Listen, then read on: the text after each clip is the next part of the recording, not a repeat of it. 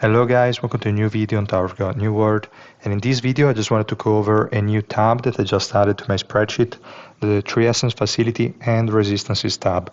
I decided to replace the previous one because in the first Tree Essence Facility tab there were just general ranking and priority of the different stats that we can have for every node.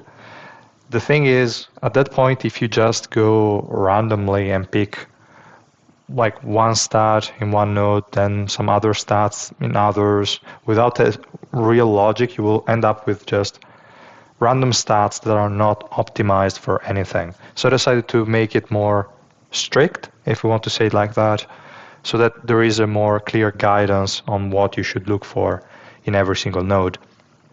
Now, there are some things to point out, and I'm going to go over that in a second. First, I want to start with a disclaimer. I will tell you that the stats you see here are not really what you should look for in the early to mid stages of the game. Resistances is not something you should build until you have really strong ignition weapons. So before that, you want to go the evasion route. So all the magic resistance, physical resistance, and even most of the swiftness nodes, you will want to run evasion instead. Okay, that's the main difference. That's going to be the case for all three trees or all three facilities, but some of them will be converted to the resistances version at different stages of the game. Meaning, as soon as you see that your evasion cannot keep up with the enemy accuracy, you will want to transition to the resistance version. So the first one that will transition out of the evasion is going to be the intelligence facility, because mages and support have the lowest evasion out of all the different classes. So that's the first one you want to transition from evasion to resistances. The second one is probably going to be strength, even though strength classes, such as warriors and tanks, have evasion in the revolution road, which could lead to them being able to catch up to assassin and ranged units. But still, I feel like the only real unit in the warrior or tanks category that's going to benefit from evasion is Zahard. And even then, it's not really that relevant. You're not really dealing damage with a golden needle, a bit, but most of it is just going to be straight up spamming special moves against the shielded enemies. So that part, totally irrelevant whether you have evasion or not. That means the second facility you want to transition is going to be strength, and the last one is going to be dexterity. Now, dexterity can hold on to evasion for a really, really long time. Like we're talking about floor 54, 55, probably you could even push it more than that. But at that point, you're sacrificing too much damage in favor of evasion. I don't really see a point there. But as soon as you see that the enemy accuracy is higher than your evasion, that's a good indicator that you might want to transition to this version that you see here on this tab. So I hope that's clear. That's why I wrote disclaimer that you see here. And yeah, that's the first point I want to mention. And here in the notes for dexterity especially, I also written what you should kind of do with the evasion version. To be honest, you could even entirely remove swiftness. Here I just wrote 4 or 6 nodes. You could entirely remove them and only go accuracy evasion in every single node, okay? Other than obviously the evasion node. So now, what all these stat and nodes mean, you should not necessarily look at the combination of the two. Like, for example, here there is magic resistance as swiftness in this accuracy node here for the dexterity facility. You don't necessarily need to have magic resistance and swiftness. Magic resistance is the only option. Well, evasion, again, if you are if you are in the category still that I mentioned in my disclaimer. So again, if you are in the early, mid, even late game, you might still want to run evasion, so that does not apply. But yeah, magic resistance or evasions are the only options for stat 1.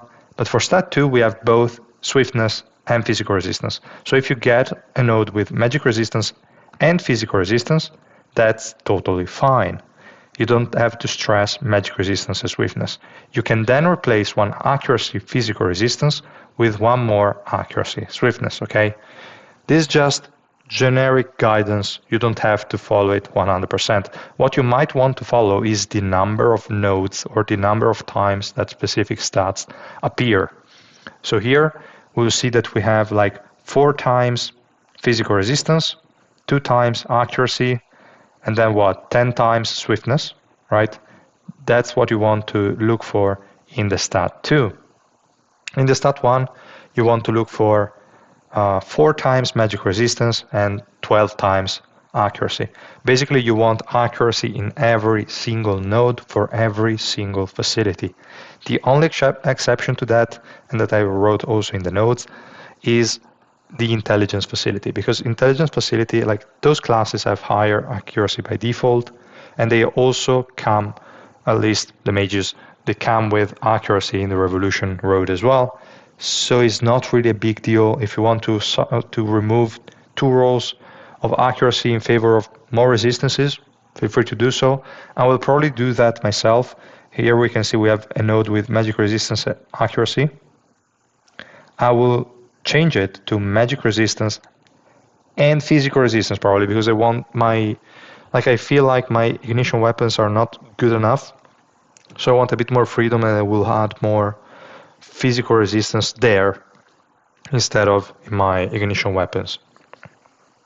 But you could go with swiftness if you have really good ignition weapons or whatever. I think removing 2 nodes is kind of fine. You will then just invest a bit more in the revolution for those units. And for the supports, doesn't really matter whether they hit or not. The only one that will probably suffer is going to be Gustang, maybe Honhi, stuff like that. But that's fine, okay? So that being said, that's more or less the logic here on the nodes. If you have any questions, feel free to ask them, no problem. The nodes, I already mentioned both of them, so no need to go through it. Now, I also added which kind of stats you can expect following that distribution that I placed above. Now, all of these are just formulas generated dynamically, and I'm taking the data from these 2 small tables. Here, basically, there is for every stat, the range, and the minimum you would want to look for, or just to have it average. This means this is just a B roll, quite a high one more or less, but still B. It's not A yet, so totally achievable, nothing too hard, and that means you can expect higher stats than the ones that you're seeing here. This is just on average what you will have if you're not that lucky. Okay. Now, here you can see the total number of nodes. I already included for accuracy and evasion, as you can see here, evasion, that there are no nodes, but there is still a total amount of stats. I already added a 60, just to say 30 per node in the main stat, because we have 2 evasion nodes and 2 accuracy nodes over the 2 wheels. So I said 30 is kind of a good average. I could increase it, doesn't really matter, okay? So just beware that here there is also the plus 60 from that. Now, you will see that basically all of them look pretty much the same. They get the same accuracy, obviously. We have the same number of nodes with accuracy. The strength and intelligence ones get 15 swiftness, more or less. We have 6 nodes. Pretty cool. I mean, it's not the highest of amounts, but can still work. And over time, once you get more A rolls, that will definitely go up. It will go to 18, maybe even more. So not bad. Then for dexterity, we have 25 swiftness, and we removed a bit of resistances because, like, it's not really probably the best of options. I could say we could go with 15 and 15 to make it easier here in the ignition weapon section. And that could definitely be an option. I could definitely see the case for removing 2 swiftness rolls so that you can move an accuracy in the stat 2 and have magic resistance in stat 1, and then just replace one swiftness in the stat 2 with physical resistance, so that you have a bit more balanced output. You could even remove a bit more swiftness, but I wouldn't go below 8 total nodes, okay? So that you can get to 12.5% on average, not a bad deal. If you can get a bit more A's, that's definitely going to go up, so not bad overall. I think this is a good balance, and that's what I would recommend.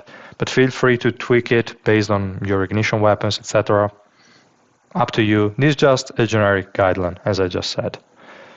And here below, we can see a small tab with the different sources of resistances and how much you can get for every different source. So basically we have gear. This one is pretty much fixed.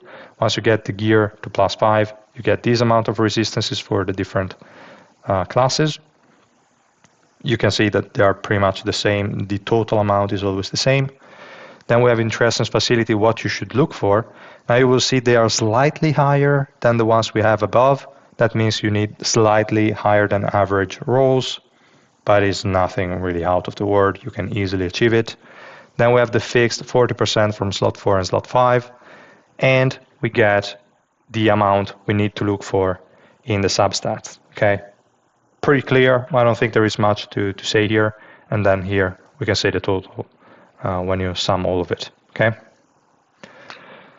that's pretty much the tab. I don't think there is much else to say. Maybe I can show you one of mine. I think the strength one is not a bad one. I have 141 accuracy in one of the two, 13.48 swiftness, which is already pretty much the total amount, and 11.6 magic resistance.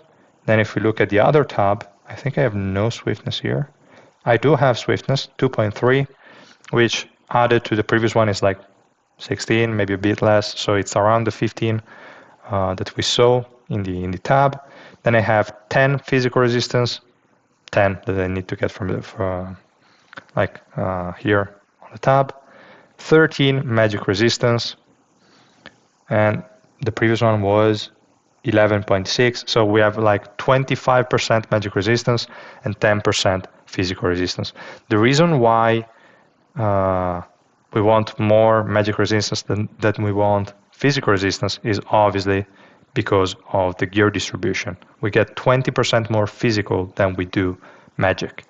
And the thing is, we could actually remove more physical resistance rolls for magic resistance because we get, like most units get resistances from the exclusive equipment as well, and most warriors will get physical resistance. Now, it's not all of them, like for example, Joaquin gets lifesteal, other units get like crit rate, crit damage, whatever. But there are units that get the resistances. I didn't include them in this calculation only because of that, only because it's not every single unit, it's just some of them. So I cannot include it in here. You might just create different presets for them to adjust, to take into account this addition if we want. That's totally feasible, and I think it's easier to do it there than it is to take that into account for the True Essence facility. Okay. So I don't know, maybe we can have a look at the nodes themselves just to see here. I have an accuracy node with magic resistance and swiftness, as I wrote. And we have the evasion node with magic resistance and accuracy, so it's one of these. Then we have accuracy swiftness, accuracy swiftness, accuracy swiftness again, accuracy swiftness. Nah, this one is the one with a lot of swiftness. Magic resistance accuracy, magic resistance accuracy. And this one is again the first one. So yeah, pretty straightforward, guys. I don't think there is much to mention here. Okay, this one is one of the things I mentioned before. Like here we can see that for the accuracy node, I always mentioned magic resistance swiftness. Sure, but in this case I have magic resistance physical resistance. I'm not going to roll it out. Obviously it's 3A, so great. And that just means I will have to have one of the accuracy physical resistance nodes with accuracy and swiftness. As simple as that, guys. I hope this video helped making clear what you should look for at the different stages of the game. Again, this table is more for the late game. Do not worry too much early on. Just stick to accuracy evasion in every single node and you'll be fine. Okay? So yeah, guys, that was all from my side. I hope it was helpful. Let me know what you think in the comments down below. If you liked it, please drop a like and subscribe to our channel, and I will see you guys in the next one. Bye.